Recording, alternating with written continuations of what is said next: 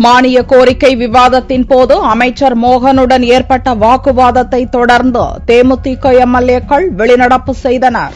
தமிழக சட்டசபையில் செவ்வாயன்று ஆதி திராவிடர் மற்றும் பழங்குடியினர் நலத்துறை மானிய கோரிக்கை மீதான விவாதம் நடந்தது. தேமுதிக எம்எல்ஏ நல்லத்தம்பி பேசியபோது அவர் கூறிய குற்றச்சாட்டுகளுக்கு ஊரகத்துறை அமைச்சர் மோகன் குறுக்கிட்டு பதிலளித்தார். தேமுதிக தலைவரும் எதிர்க்கட்சித் தலைவருமான விஜயகாந்தின் ரிஷிவந்தியம் தொகுதியில் மேம்பாலம் அமைப்பது தொடர்பாக தாங்கள் போராட்டம் நடத்தியதாக அக்கட்சி எம்எல்ஏ வெங்கடேசன் கூறினார். இதற்கு மோகன் குறுக்கிட்டு பதிலளித்தார். தங்கள் கட்சியின் போராட்டத்தை நாடகம் என்று அமைச்சர் கூறுவதாக தெரிவித்த தேமுதிகவினர் ஒட்டுமொத்தமாக வெளிநடப்பில் ஈடுபட்டனர். ஒரு சட்டமன்ற உறுப்பினர் விவாதத்திலே பேசிக் கொண்டிருக்கும் பொழுது இன்னொரு சட்டமன்ற உறுப்பினர் சொன்னதை கேட்டு பேசக்கூடாது என்று ஒரு அமைச்சர் சொல்லுவது எந்த விதத்திலே நியாயம் என்று கேட்க நாங்கள் எழுந்தபொழுது எங்களுக்கு வாய்ப்பு மறுக்கப்பட்டது. அது மட்டுமல்ல, ஊரக தொழில்துறை அமைச்சர் அவர்கள் தொடர்ந்து புரட்சிக் கலைஞர் கேப்டன் அவர்களுடைய தொகுதியான ரிஷிவந்தியத்தை புறக்கணித்து வருகிறார்.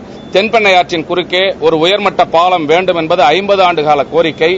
இப்பொழுது ஊரக தொழில்துறை அமைச்சர் அவர்கள் நேற்று என் தலைமையிலே தலைவர் கேப்டன் அவர்களுடைய ஆணையின் பேரிலே அங்கே என் தலைமையிலே ஒரு சாலை மறியல் போராட்டத்தை அந்த பகுதி மக்கள் நடத்தினார்கள். அந்த போராட்டத்திலே கலந்து கொண்டு நான் இன்று சட்டமன்ற நிகழ்ச்சியிலே கலந்து கொள்ள வந்திருக்கிறேன். நேற்று அங்கே அவர் ஒரு நாடகத்தை நடத்தியிருக்கிறார். அந்த பாலத்தை எங்கள் அரசு அந்த பாலத்தை போட முடிவு செய்துவிட்டது. அதை தெரிந்து கொண்டு இவர் முன்பே சென்று ஒரு நாடகத்தை நடத்துகிறார் என்று இந்த அவையிலே குறிப்பிட்டிருக்கிறார்.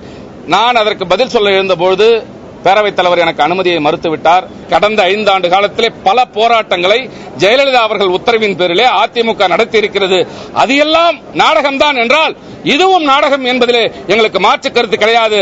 ஆக நாடகத்தை நடத்தி இருப்பவர்கள் அதிமுகவினர், இப்பொழுது நாடகத்தை நடத்திக் கொண்டிருப்பவர்களும் அவர்கள்தான் என்பதை தெரிவித்துக் கொள்கிறேன். தேமுதிகவினர் வெளிநடப்பை தொடர்ந்து மானிய கோரிக்கை மீதான விவாதத்துக்கு அமைச்சர் சுப்பிரமணியம் பதிலுரை அளித்தார்.